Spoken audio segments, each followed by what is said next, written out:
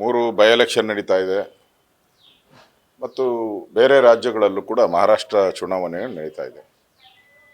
ಕಾಂಗ್ರೆಸ್ ಸರ್ಕಾರ ಒಂದು ರೀತಿ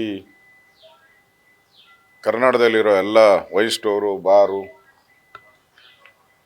ಪಬ್ಗಳು ಎಲ್ಲದಕ್ಕೂ ದರ ಫಿಕ್ಸ್ ಮಾಡಿಬಿಟ್ಟಿದ್ದಾರೆ.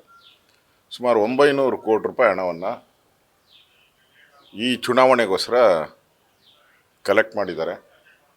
ದಾಖಲೆ ರೀತಿ ಒಂದೇ ವಾರದಲ್ಲಿ ಒಂದು ದಾಖಲೆ, ಅದು ರೆಕಾರ್ಡ್, ಗಿನ್ನಿಸ್ ರೆಕಾರ್ಡ್. ಅದು ವಾರದಲ್ಲೇ 18 ಕೋಟಿ ಕಲೆಕ್ಟ್ ಮಾಡಿದ್ದಾರೆ.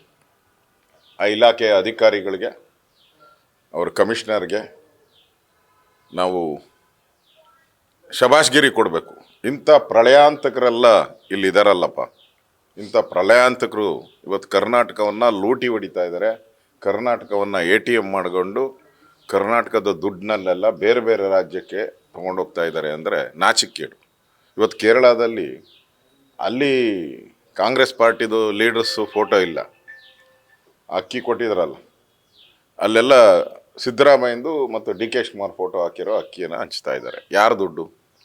ಯಾರ್ದೋ ದುಡ್ಡು, ಯಲ್ಲಮ್ಮನ ಜಾತ್ರೆ, ಕರ್ನಾಟಕ ದುಡ್ಡು. ವಯನಾಡಿಗೆ ಹಿಂದೆ ಆನೆ ಅನಾಹುತ ಆದಾಗ, ಸಾವಾದಾಗ ಕರ್ನಾಟಕದ ದುಡ್ಡು ಕೊಟ್ಟರು. ಈಗ ಲಂಚಾವತಾರ ಕೇರಳದಲ್ಲೂ ಕರ್ನಾಟಕದ್ದು ದುಡ್ಡು ಲಂಚಾವತಾರ, ಮಹಾರಾಷ್ಟ್ರದಲ್ಲೂ ಲಂಚಾವತಾರ. ಈ ಮೂರು ಬೈ ಎಲೆಕ್ಷನ್ನಲ್ಲೂ ಕೂಡ ರಾಜಾರೋಜವಾಗಿ ಜಮೀರ್ ಅಹಮದ್ ರಾಜಾರೋಜವಾಗಿ ದುಡ್ಡು ಹಂಚಿದ್ದಾನೆ. ಡ್ಯಾಸ್ ಮೇಲೆ ನಿಂತ್ಕೊಂಡು ದುಡ್ಡು ಹಂಚ್ತಾ ಇದ್ದಾರೆ.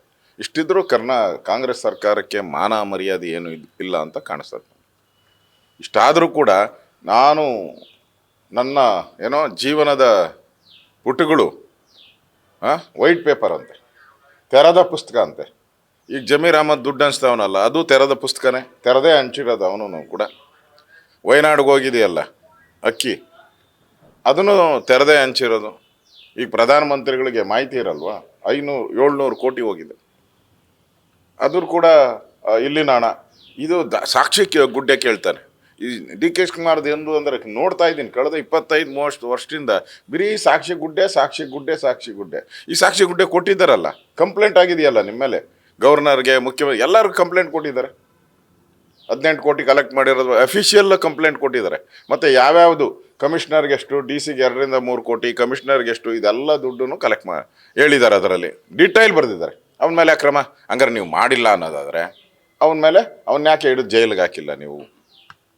ನೀವು ಮಾಡಿಲ್ಲ ತಾನೇ? ತೆರೆದ ಪುಸ್ತಕ ನಿಮ್ಮದು.